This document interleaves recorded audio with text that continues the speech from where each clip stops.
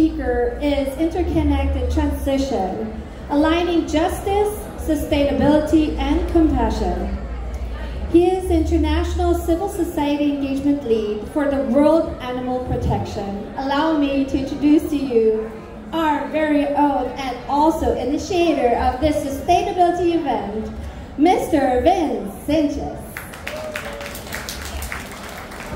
Salamat. I'll just go straight to my presentation, and then it's unfortunate na we have a climate issue, so this is related to what we are currently experiencing. So I'm going to talk about the just transition from industrial animal production to equitable, humane, and sustainable food systems. This is going to be new food systems, so I'm just going to give you a top-level ideas and concepts. So as I mentioned, so before I was with World Animal Protection, I was with Greenpeace and part of the organizing team for the sustainability movement. So World Animal Protection, I think Sharon mentioned a while ago, so we don't have an office here in the Philippines. We are in existence for 75 years. We do have an office in Asia, China, India, and Thailand. We do have a consultative status for the United Nations, Council of Europe, and then WOA. It's a world organization for animal health. So merong global organization for that. Before our program is around animals in disasters, companion animals among others, but now our focus is only around wildlife protection and farm animals. So that's where we came in supporting the work of Philippine Animal Welfare Society. Isang grupo that we supported is Tambuyog Development Center. Unfortunately, because of climate issues, they weren't able to make it. So meron silang shrimp welfare project. And I think it's an ongoing process right now, working with the government to change the policies, especially the Animal Welfare Act, to include farm animals. So ito yung organization namin. We are present in both Global North and Global South. Why we are talking about just transition, and then bakit may just transition, and why we are talking about away from industrial animal agriculture? Because currently, right now, the current food system is actually siya yung reason bakit merong overfishing, not just in the Philippines but globally. Hindi lang data simply yung 10 out of 13 fishing grounds in the Philippines na overfish. It's just hindi lang siya statistics, but it also says around health, education. And to think yung producers sa Philippines, yung mga fisherfolk, they are the poorest of the poor. No? And then, merong dependence yung fossil fuel energy, the industry, sa industrial animal agriculture. Dito makikita natin yung because of expansion of food complex, they'll need to use more fossil fuel energy. This photo is in Verde Island. There is a LNG na pumapasok doon. So we need to expand to support the growing economy. But of course, that's another question, supporting the growing economy. And this one, this is the broiler industry that San Miguel is basically expanding. And then we just recently commissioned a report on factory farming index, the impact of factory farms, the industrial farms, to water pollution.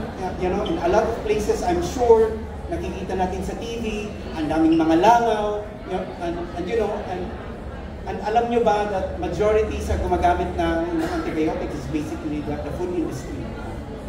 So this is basically the reason why we need to transition away from something that is very destructive to a more equitable, humane, and sustainable system.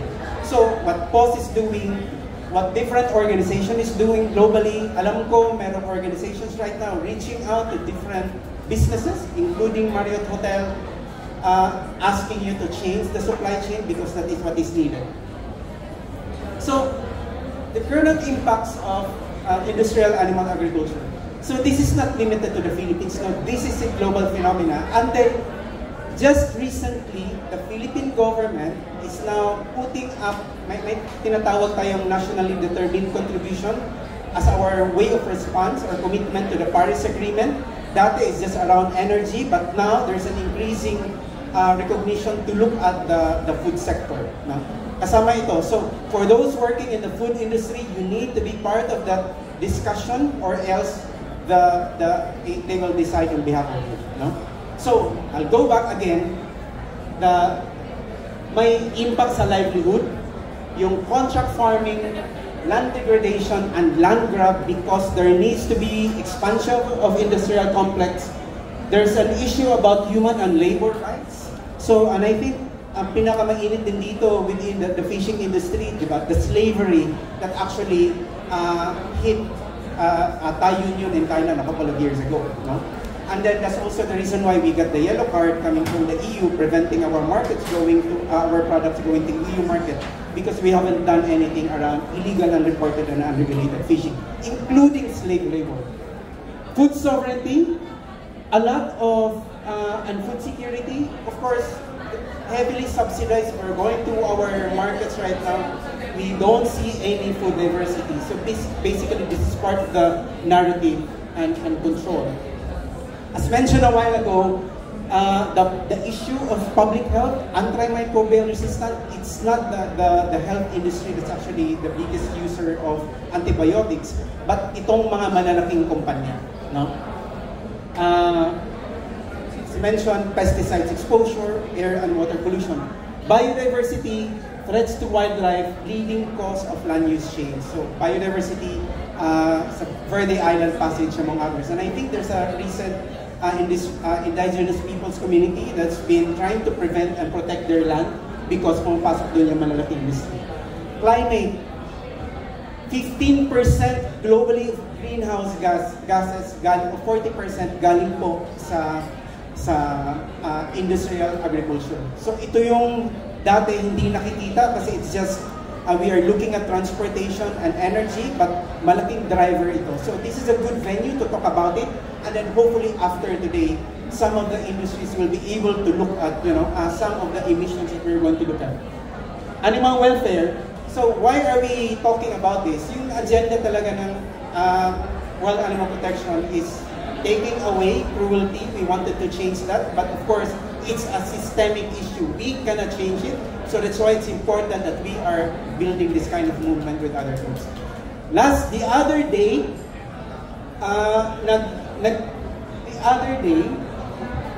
yung different organizations right now in the Philippines have embarked in developing a roadmap. So mga fisherfolk, NGOs, indigenous people, mga farmers, talking about just transition.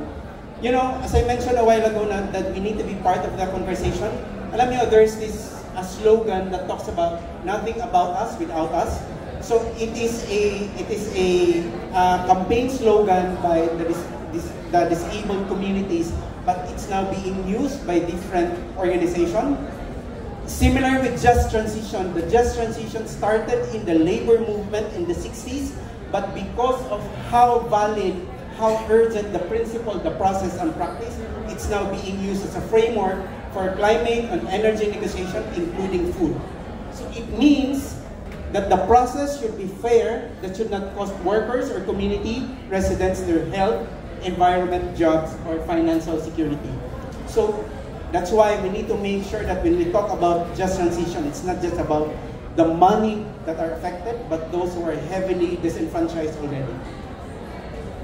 So, as I mentioned, what we are doing here in the Philippines globally, this is a movement that's already growing. I'm sure there's going to be a lot of engagement with a lot of businesses, with a lot of sector.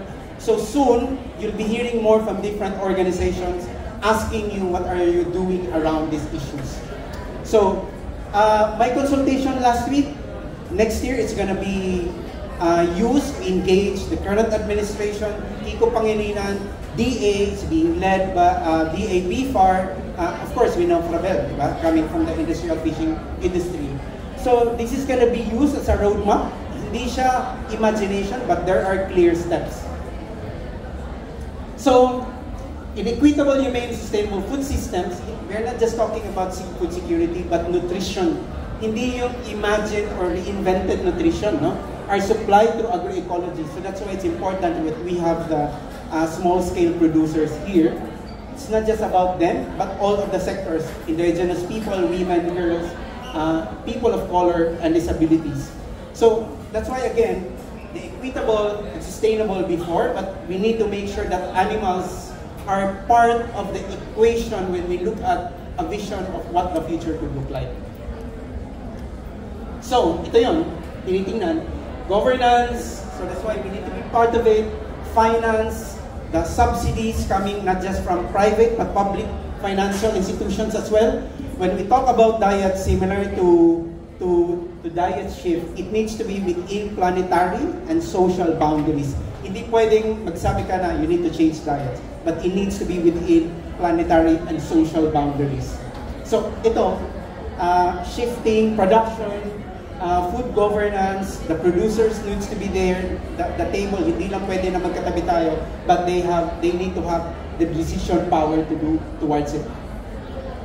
So, this is an overview. So what PAWS are doing, what other animal protection groups are doing right now, talking to different industries, that's part of an overall effort to really change or weaken the system. You know, this is the current system is broken. We need to change it into something equitable, humane, and sustainable. So it's animals, people, and planet. Thank you so much.